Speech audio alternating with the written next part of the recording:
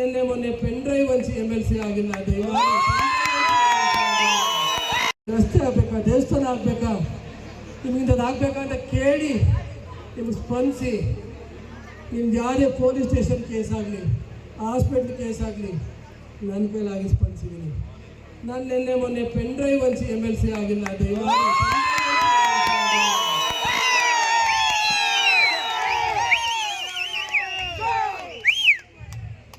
ಯಾರೇ ಯಾವುದೇ ರೂಪದ ಇಲಾಖೆ ಆಗಲಿ, ಇವತ್ತು ನಮ್ಮ ಕಾರ್ಯಕರ್ತರು ಯಾವುದೇ ರೀತಿ ತೊಂದರೆ ಆಗ್ತಾಯಿದ್ರು ದಯಮಾಡಿ ನನ್ನ ಗಮನದಲ್ಲಿ ಯಾರು ಬರ್ತಾರೋ ಬಿಡ್ತಾರೋ ನಿಮ್ಮ ಸೂರಜನ ಜೊತೆ ಇರ್ತಾರೆ ಅಂತ ಹೇಳ್ತೀನಿ.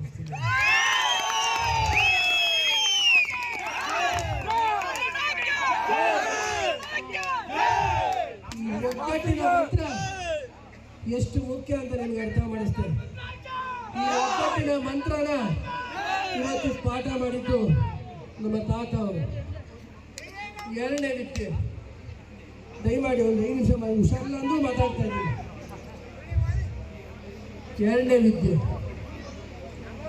ಯಾವುದೇ ಜಾತಿ ಯಾವುದೇ ಜನಾಂಗ ನೋಡಬೇಡ, ಎಲ್ಲರಿಗೂ ಒಳ್ಳೇದು ಮಾಡು, ಎಲ್ಲ ಹಳ್ಳಿಗಳಿಗೂ ಒಳ್ಳೇದು ಮಾಡು.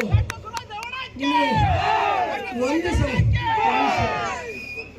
ಒಂದು ಬಾರಿ ಒಂದು ಜನಾಂಗ ನಿನ್ನ ಕೈ ಬಿಡ್ಬೋದು, ಆದರೆ ಇದನ್ನು ಅರ್ಥ ಮಾಡ್ಕೊಂಡೇ ಮಾಡ್ಕೋತಾರೆ, ಮತ್ತೆ ಬಂದು ನಿನ್ನ ಕೈ ಹಿಡಿತಾರೆ ಅನ್ನೋದು ತಾತ ಅವರು.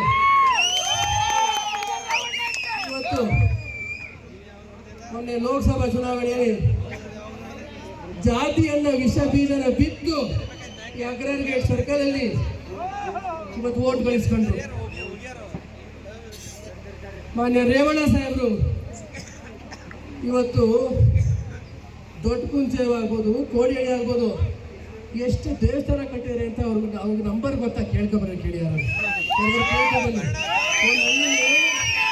ಎಷ್ಟು ದೇವಸ್ಥಾನ ಕಟ್ಟಿದ್ದಾರೆ ಅದು ಗೊತ್ತಾ? ಎಷ್ಟು ದೇವಸ್ಥಾನ ಕೊಟ್ಟರೆ ಅಂತ ಗೊತ್ತಾ ಅಂತ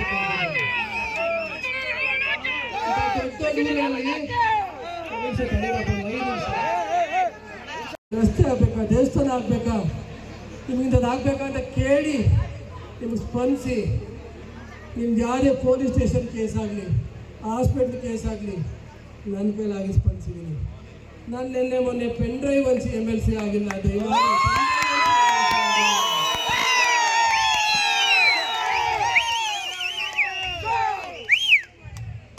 ಯಾರೇ ಯಾವುದೇ ರೂಪದ ಇಲಾಖೆ ಆಗಲಿ, ಇವತ್ತು ನಮ್ಮ ಕಾರ್ಯಕರ್ತರು ಯಾವುದೇ ರೀತಿ ತೊಂದರೆ ಆಗ್ತಾಯಿದ್ರು ದಯಮಾಡಿ ನನ್ನ ಗಮನದಲ್ಲಿ ಯಾರು ಬರ್ತಾರೋ ಬಿಡ್ತಾರೋ ನಿಮ್ಮ ಸೂರಜನ ಜೊತೆ ಇರ್ತಾರೆ ಅಂತ ಹೇಳ್ತೀನಿ.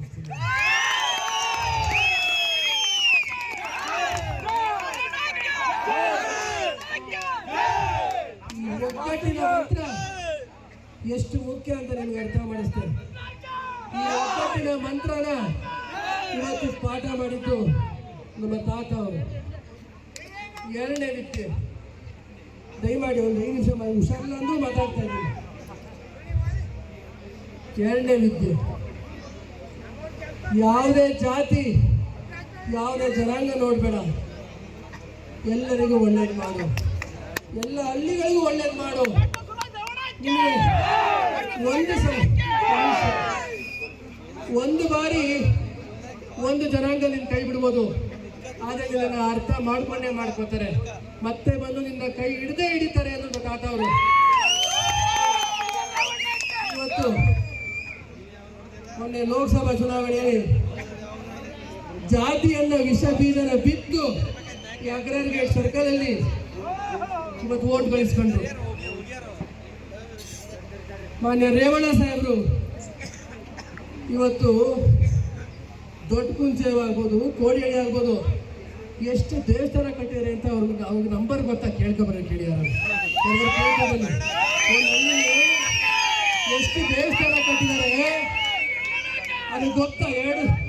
ಎಷ್ಟು ದೇವಸ್ಥಾನ ಕೊಟ್ಟರೆ ಅಂತ ಗೊತ್ತಾ ಅಂತ ಕೇಳ್ತಾರೆ.